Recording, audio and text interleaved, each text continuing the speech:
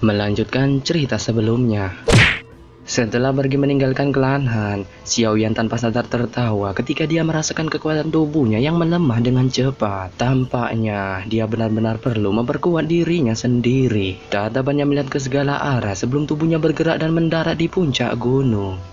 Kekuatan yang kamu tunjukkan kali ini terlalu kuat. Ini telah mengakibatkan beberapa luka muncul di tubuhmu. Kamu harus cepat pulih. Jika tidak, gejala yang tersisa mungkin akan tertinggal. Selain itu, kamu harus menggunakan sedikit kekuatan spiritual saya, kecuali itu adalah saat yang kritis. Selama beberapa hari ini, saya telah menemukan bahwa setiap kali kamu menggunakan kekuatan spiritual saya, roh saya yang tersisa akan tertinggal di dalam tubuhmu. Jika terlalu banyak hal-hal ini terjadi, kemungkinan mereka akan menyebabkan tubuhmu membentuk perlawanan terhadap jiwamu. Pada saat itu, jiwamu tidak akan dapat bergabung dengan sempurna dengan tubuh fisikmu dan sudah terlambat bagimu untuk menangis. Suara serius Tianhuo Junje perlahan terdengar di hati Xiaoyan setelah ia mendarat di tanah. Ekspresi Xiaoyan tanpa sadar berubah ketika dia mendengar suara Tianhuo Junje. Dia juga merasakan perasaan seperti itu selama waktu ini. Namun, dia tidak terlalu memikirkannya. Bagaimanapun, situasi seperti itu tidak akan terjadi ketika dia meminjam kekuatan spiritual Yalo saat itu. Meskipun Xiaoyan tidak yakin dengan situasi ini, dia masih mengangguk.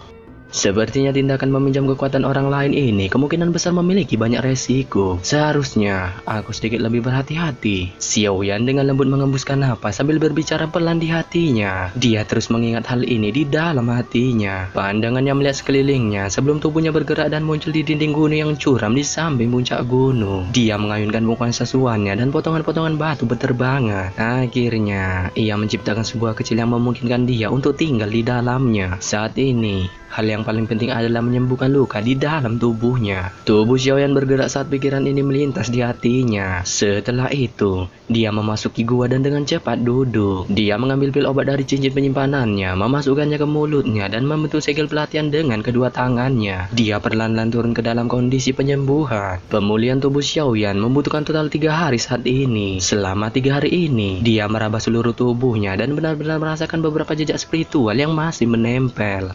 Memang, benda ini benar-benar merepotkan. Xiaoyan juga tertawa dan meraung manja setelah menemukan jejak spiritual yang tersisa ini. Meskipun hanya beberapa jejak spiritual di dalam tubuhnya, itu masih merupakan sumber masalah baginya. Mengingat karakter Xiaoyan, ia secara alami tidak gampang menyerah. Namun, setelah mencoba berbagai metode yang semuanya gagal, dia hanya bisa menyerah tanpa daya. Xiaoyan terus menutup matanya sementara dia tetap berada di gua gunung. Matanya perlahan terbuka dan auranya sekali lagi kembali ke kondisi puncaknya. Dog yang kuat mengalir di atas jarinya ketika dia mengangkat tangannya. Jejak spiritual yang tersisa ini mungkin tampak merepotkan, tetapi itu bukan tidak mungkin untuk dihilangkan. Saya ingat bahwa sepertinya ada beberapa pil obat yang bisa menghilangkannya. Xiaoyan membuka matanya saat dia bergumam. Jarinya dengan lembut menyentuh cincin penyimpanan hitam yang ditinggalkan Yalau. Kekuatan spiritualnya memasuki cincin itu. Di dalam cincin itu, dia bisa melihat ada banyak formula obat yang dikumpulkan Yalau selama hidupnya. Xiaoyan mencari hampir 1 jam. Akhirnya, dia yang sudah putus asa sebelumnya tiba-tiba membuka matanya. Sebuah kegembiraan muncul di matanya. Dengan ayunan tangannya, sebuah pil kuno berwarna hitam muncul. Pil pembersih jiwa, pil obat tingkat 6. Pil ini mampu membersihkan tubuh dari semua kekuatan spiritual yang bukan miliknya. Selain itu, pil ini juga memiliki efek memelihara kekuatan spiritual seseorang. Bahan-bahan yang dibutuhkan untuk memperbaikinya adalah rumput pembersih tubuh, buah penggabung jiwa es api, biji teratai roh air. Kekuatan spiritual Xiaoyan memasuki gulungan itu dan menanamkan semua informasi dalam formula obat ini ke dalam ingatannya. Pada saat dia tahu efek dari pil pembersih jiwa ini, senyum di wajahnya juga menjadi lebih lebar. Pil obat tingkat 6 dan ini adalah pil obat tingkat tinggi. Namun, saya harus bisa memperbaikinya. Ramuan obat ini mungkin sedikit langka, tetapi saya mungkin bisa mengatasinya jika saya sedikit bertanya. Jejak spiritual yang tersisa di tubuh saya mengalami banyak kesulitan. Kemungkinan masih ada waktu yang cukup. Xiaoyan dengan hati-hati membaca formula obat itu sebelum dia bergumam pada dirinya sendiri. Dia menghela napas lega setelah dia menemukan metode untuk menyelesaikan masalah ini. Dia meletakkan formula obat itu ke dalam cincin penyimpanannya dan merenung sejenak sebelum lalu memberi isyarat dengan tangannya. Segera 4 gulungan perak muncul di depannya. Keempat gulungan itu sangat cerah. Jejak seperti pembuluh darah yang tak terhitung jumlahnya menyebar di sekitar mereka. Sekilas, mereka memiliki aura misterius. Keempat gulungan ini secara alami diperoleh dari tangan keempat penutup tulul dari Paviliun Petir Angin Utara. Kemungkinan bahwa ketiga gulungan ini merupakan bagian lain dari tubuh 3000 petir ilusi selain milik Chen Yun. Xiao Yan bergumam. Dia menjadikan jarinya dan memanggil boneka iblis bumi. Setelah itu, dia melemparkan gulungan itu. Boneka iblis bumi segera menangkap gulungan itu dan membukanya sesuai perintah Xiao Yan. Tiba-tiba, seperti yang telah diantisipasi Xiao Yan, bagian dalam gulungan itu menyembunyikan kekuatan yang kuat. Melihat boneka iblis bumi yang telah terpental jauh sampai joninya penyok, Xiao Yan tanpa sadar tertawa. Orang-orang dari Paviliun Petir Angin semuanya sangat berbahaya.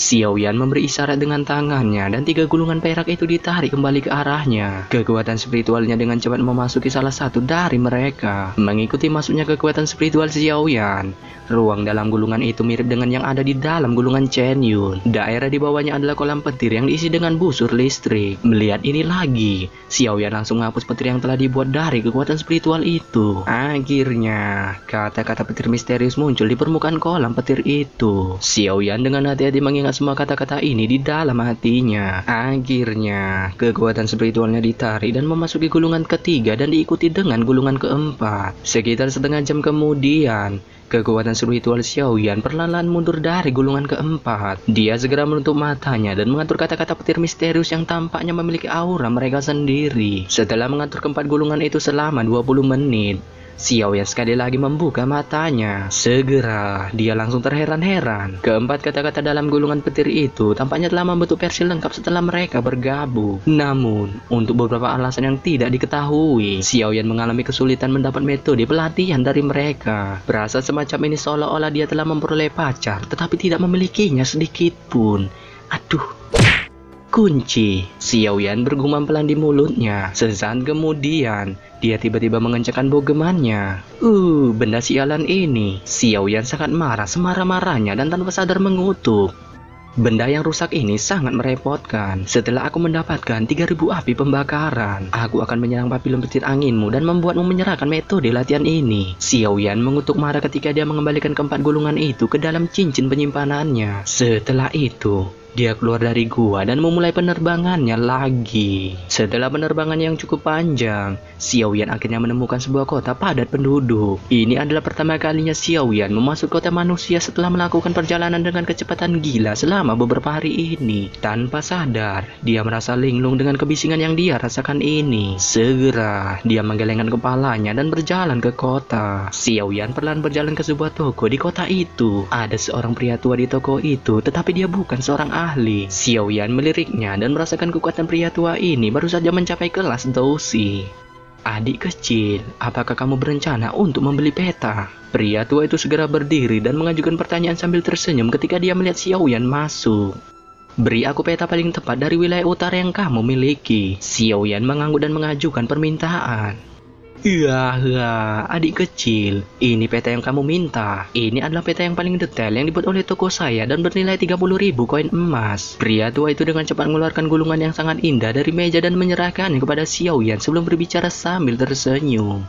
30.000 koin emas. Xiao Yan tanpa sadar memutar matanya ketika dia mendengar harganya. Dia sesuka jidatnya membuka peta itu dan sedikit mengamatinya. Setelah menemukan bahwa peta itu memang agak rinci dan tidak mau terlalu banyak basa-basi, dia menyerahkan koin emas yang diperlukan, berbalik dan mulai pergi. Adik kecil, tolong tunggu. Pria tua itu tiba-tiba berteriak ketika dia melihat Xiao Yan berbalik untuk pergi. Apa itu? Xiao Yan terkejut dan bertanya. Ya, adik kecil benar-benar terlihat sangat asing. Kamu sepertinya bukan orang dari kota perubahan bumi, kan? Apakah kamu juga di sini karena kolam darah Gunung Surgawi di Gunung Mata Surga? Pria tua itu bertanya sambil tersenyum. Gunung Mata Surga?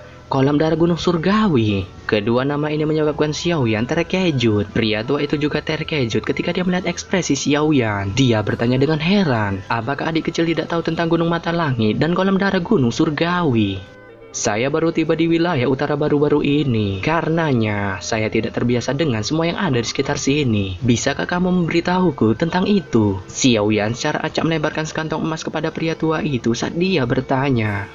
Kolam darah surgawi di Gunung Mata Surga sangat terkenal. Ada beberapa orang di wilayah utara dataran tengah yang tidak menyadarinya. Dikabarkan bahwa setiap 3 tahun, gelombang energi alami muncul di puncak gunung berapi di pegunungan. Setelah air pasang berakhir, danau gunung surga di dalam gunung berapi diisi dengan cairan merah yang sangat misterius. Selain itu, kolam darah gunung surgawi ini hanya tersisa selama 5 hari. Setelah itu, kolam itu benar-benar menghilang. Pria tua itu tersenyum ketika mengambil koin emas dan berbicara dengan ekspresi serius kepada Xiao Yan. Apa gunanya kolam darah itu? Xiao Yan bertanya. Dikabarkan bahwa kolam darah itu dapat membantu beberapa ahli puncak kelas Dao Huang untuk melakukan terobosan ke kelas Dao Zong. Selain itu, bahkan jika seorang ahli Dao Zong memasuki kolam itu akan membersihkan dan memperkuat tubuh seseorang dan memungkinkan kekuatan seseorang meningkat. Bagaimanapun, efek dari kumpulan darah itu sangat misterius. Setiap 3 tahun sekali, Gunung Mata Surga dipenuhi oleh banyak orang dari wilayah utara dataran tengah serta tempat-tempat lain. Apalagi, bulan depan secara kebetulan waktu ketika 3 tahun sudah habis. Oleh karena itu, ada banyak orang yang bergegas ke Gunung Mata Surga baru-baru ini. Namun, Gunung Mata Surga sangat luas, ada banyak binatang ajaib tingkat tinggi di dalamnya. Puncak gunung itu juga tertutupi kabut sepanjang tahun. Oleh karena itu, jika adik kecil ingin pergi ke sana, kamu dapat membeli peta Gunung Mata Surga dari saya. Harganya hanya 40.000 koin emas. Dengan bantuan peta ini, kamu akan dapat mencapai puncak gunung sebelum orang lain datang. Pria tua itu tertawa. Dia menjelaskan situasinya sebelum akhirnya menunjukkan niat liciknya.